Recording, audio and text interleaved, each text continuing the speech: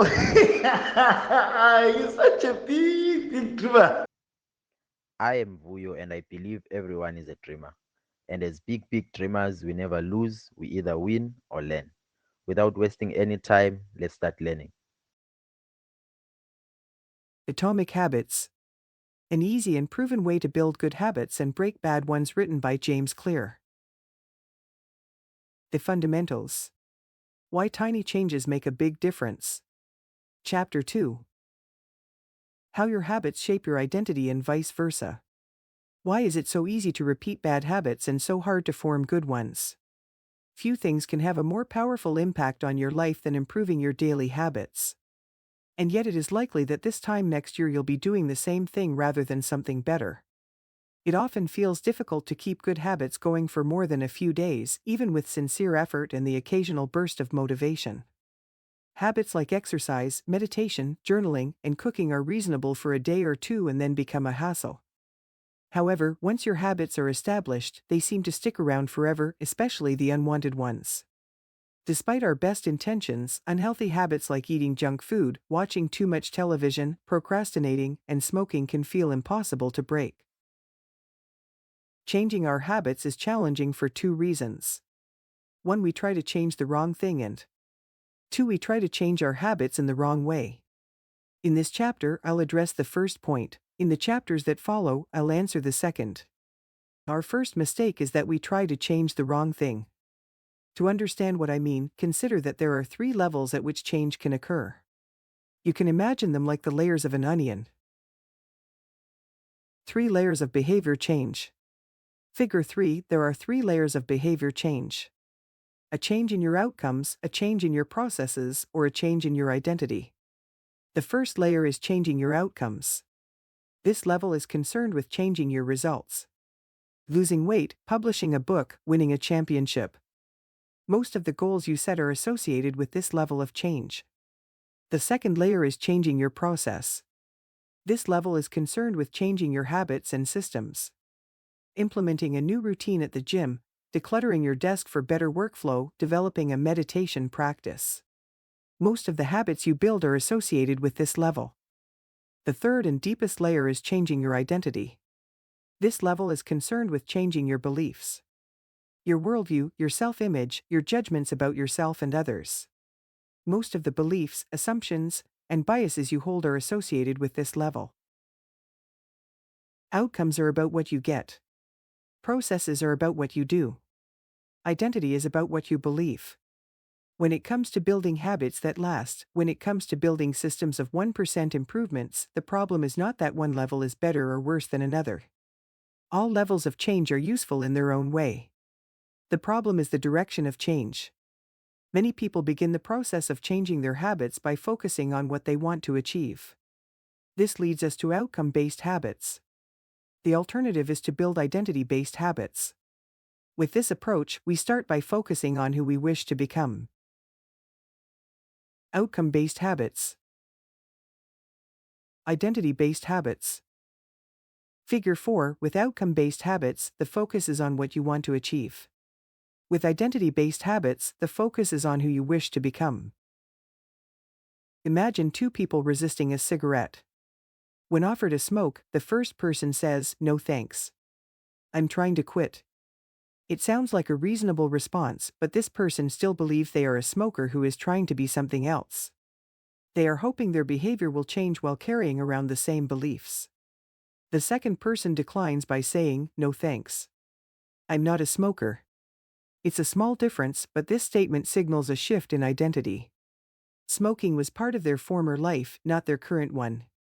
They no longer identify as someone who smokes.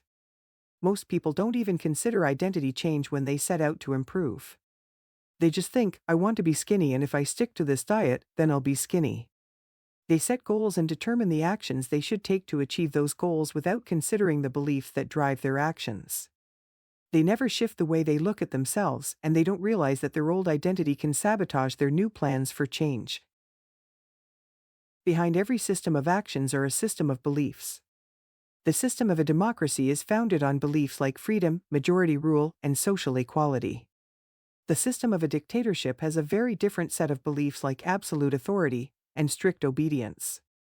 You can imagine many ways to try to get more people to vote in a democracy, but such behavior change would never get off the ground in a dictatorship. That's not the identity of the system. Voting is a behavior that is impossible under a certain set of beliefs.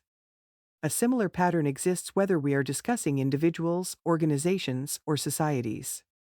There are a set of beliefs and assumptions that shape the system and identity behind the habits. Behavior that is incongruent with the self will not last.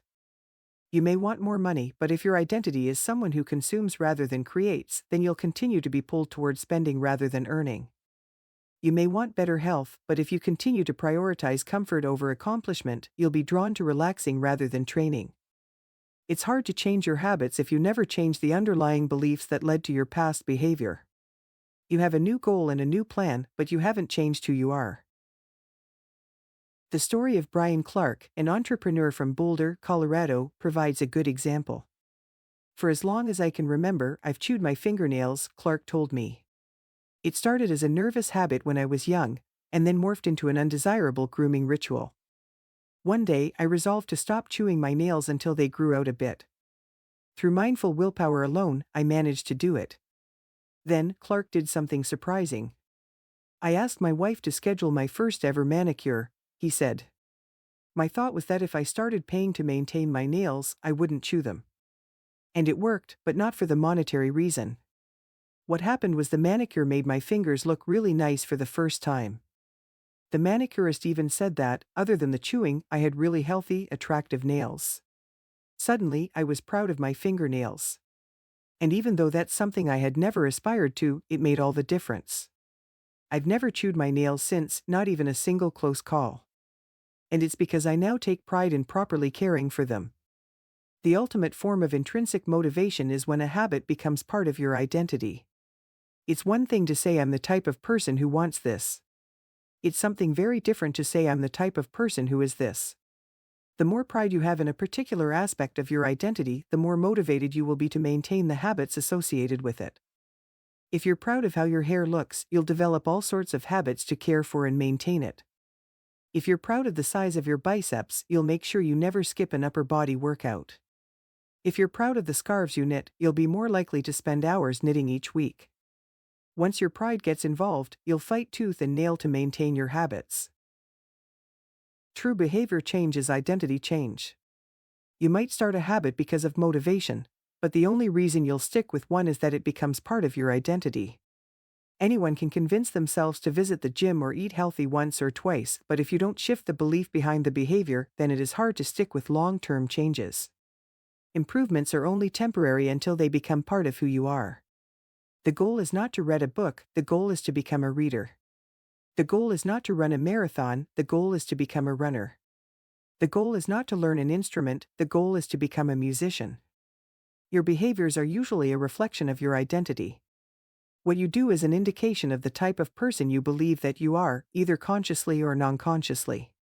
Research has shown that once a person believes in a particular aspect of their identity, they are more likely to act in alignment with that belief.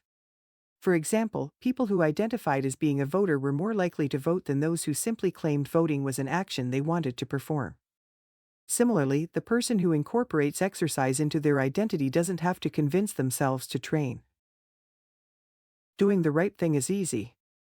After all, when your behavior and your identity are fully aligned, you are no longer pursuing behavior change. You are simply acting like the type of person you already believe yourself to be. Like all aspects of habit formation, this, too, is a double-edged sword. When working for you, identity change can be a powerful force for self-improvement. When working against you, though, identity change can be a curse. Once you have adopted an identity, it can be easy to let your allegiance to it impact your ability to change. Many people walk through life in a cognitive slumber, blindly following the norms attached to their identity. I'm terrible with directions. I'm not a morning person. I'm bad at remembering people's names. I'm always late. I'm not good with technology. I'm horrible at math. And 1,000 other variations. When you have repeated a story to yourself for years, it is easy to slide into these mental grooves and accept them as a fact. In time, you begin to resist certain actions because that's not who I am. There is internal pressure to maintain your self-image and behave in a way that is consistent with your beliefs. You find whatever way you can to avoid contradicting yourself. The more deeply a thought or action is tied to your identity, the more difficult it is to change it. It can feel comfortable to believe what your culture believes or to do what upholds your self-image, even if it's wrong. The biggest barrier to positive change at any level, individual, team, society, is identity conflict. Good habits can make rational sense, but if they conflict with your identity, you will fail to put them into action. On any given day, you may struggle with your habits because you're too busy or too tired or too overwhelmed or hundreds of other reasons. Over the long run, however, the real reason you fail to stick with habits is that your self-image gets in the way. This is why you can't get too attached to one version of your identity. Progress requires unlearning. Becoming the best version of yourself requires you to continuously edit your beliefs and to upgrade and expand your identity. This brings us to an important question. If your beliefs and worldview play such an important role in your behavior, where do they come from in the first place? How, exactly, is your identity formed? And how can you emphasize new aspects of your identity that serve you and gradually erase the pieces that hinder you? The two-step process to changing your identity. Your identity emerges out of your habits. You are not born with preset beliefs. Every belief, including those about yourself, is learned and conditioned through experience. More precisely, your habits are how you embody your identity. When you make your bed each day, you embody the identity of an organized person. When you write each day, you embody the identity of a creative person. When you train each day, you embody the identity of an athletic person. The more you repeat a behavior, the more you reinforce the identity associated with that behavior. In fact, the word identity was originally derived from the Latin words essentitas, which means being, and identitam, which means repeatedly. Your identity is literally your repeated beingness. Whatever your identity is right now, you only believe it because you have proof of it. If you go to church every Sunday for 20 years, you have evidence that you are religious. If you study biology for 1 hour every night, you have evidence that you are studious. If you go to the gym even when it's snowing, you have evidence that you are committed to fitness. The more evidence you have for a belief, the more strongly you will believe it. For most of my early life, I didn't consider myself a writer. If you were to ask any of my high school teachers or college professors, they would tell you I was an average writer at best. Certainly not a standout. When I began my writing career, I published a new article every Monday and Thursday for the first few years. As the evidence grew, so did my identity as a writer. I didn't start out as a writer. I became one through my habits. Of course, your habits are not the only actions that influence your identity, but by virtue of their frequency they are usually the most important ones. Each experience in life modifies your self-image, but it's unlikely you would consider yourself a soccer player because you kicked a ball once or an artist because you scribbled a picture. As you repeat these actions, however, the evidence accumulates and your self-image begins to change. The effect of one-off experiences tends to fade away while the effect of habits gets reinforced with time, which means your habits contribute most of the evidence that shapes your identity. In this way, the process of building habits is actually the process of becoming yourself. This is a gradual evolution. We do not change by snapping our fingers and deciding to be someone entirely new. We change bit by bit, day by day, habit by habit. We are continually undergoing microevolutions of the self. Each habit is like a suggestion. Hey, maybe this is who I am. If you finish a book, then perhaps you are the type of person who likes reading. If you go to the gym, then perhaps you are the type of person who likes exercise. If you practice playing the guitar, perhaps you are the type of person who likes music. Every action you take is a vote for the type of person you wish to become. No single instance will transform your beliefs, but as the votes build up, so does the evidence of your new identity. This is one reason why meaningful change does not require radical change. Small habits can make a meaningful difference by providing evidence of a new identity. And if a change is meaningful, it actually is big. That's the paradox of making small improvements. Putting this all together, you can see that habits are the path to changing your identity. The most practical way to change who you are is to change what you do. Each time you write a page, you are a writer. Each time you practice the violin, you are a musician. Each time you start a workout, you are an athlete. Each time you encourage your employees, you are a leader. Each habit not only gets results but also teaches you something far more important: to trust yourself. You start to believe you can actually accomplish these things. When the votes mount up and the evidence begins to change, the story you tell yourself begins to change as well. Of course, it works the opposite way too. Every time you choose to perform a bad habit, it's a vote for that identity. The good news is that you don't need to be perfect. In any election, there are going to be votes for both sides. You don't need a unanimous vote to win an election, you just need a majority. It doesn't matter if you cast a few votes for a bad behavior or an unproductive habit. Your goal is simply to win the majority of the time. New identities require new evidence. If you keep casting the same votes you've always cast, you're going to get the same results you've always had. If nothing changes, nothing is going to change. It is a simple two-step process. 1. Decide the type of person you want to be. 2. Prove it to yourself with small wins. First, decide who you want to be. This holds at any level, as an individual, as a team, as a community, as a nation. What do you want to stand for? What are your principles and values? Who do you wish to become? These are big questions, and many people aren't sure where to begin, but they do know what kind of results they want. To get six-pack abs, or to feel less anxious, or to double their salary. That's fine. Start there and work backward from the results you want to the type of person who could get those results. Ask yourself, who is the type of person that could get the outcome I want? Who is the type of person that could lose 40 pounds? Who is the type of person that could learn a new language? Who is the type of person that could run a successful startup? For example, who is the type of person who could write a book? It's probably someone who is consistent and reliable. Now your focus shifts from writing a book outcome-based to being the type of person who is consistent and reliable identity-based. This process can lead to beliefs like, I'm the kind of teacher who stands up for her students.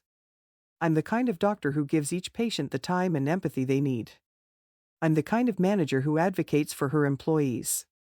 Once you have a handle on the type of person you want to be, you can begin taking small steps to reinforce your desired identity. I have a friend who lost over 100 pounds by asking herself, what would a healthy person do? All day long, she would use this question as a guide. Would a healthy person walk or take a cab? Would a healthy person order a burrito or a salad? She figured if she acted like a healthy person long enough, eventually she would become that person. She was right. The concept of identity-based habits is our first introduction to another key theme in this book. Feedback loops. Your habits shape your identity, and your identity shapes your habits. It's a two-way street. The formation of all habits is a feedback loop, but it's important to let your values, principles, and identity drive the loop rather than your results. The focus should always be on becoming that type of person, not getting a particular outcome. The real reason habits matter. Identity change is the North Star of habit change. The remainder of this book will provide you with step-by-step instructions on how to build better habits in yourself, your family, your team, your company, and anywhere else you wish. But the true question is, are you becoming the type of person you want to become? The first step is not what or how, but who. You need to know who you want to be. Otherwise, your quest for change is like a boat without a rudder. And that's why we are starting here. You have the power to change your beliefs about yourself. Your identity is not set in stone. You have a choice in every moment. You can choose the identity you want to reinforce today with the habits you choose today. And this brings us to the deeper purpose of this book and the real reason habits matter.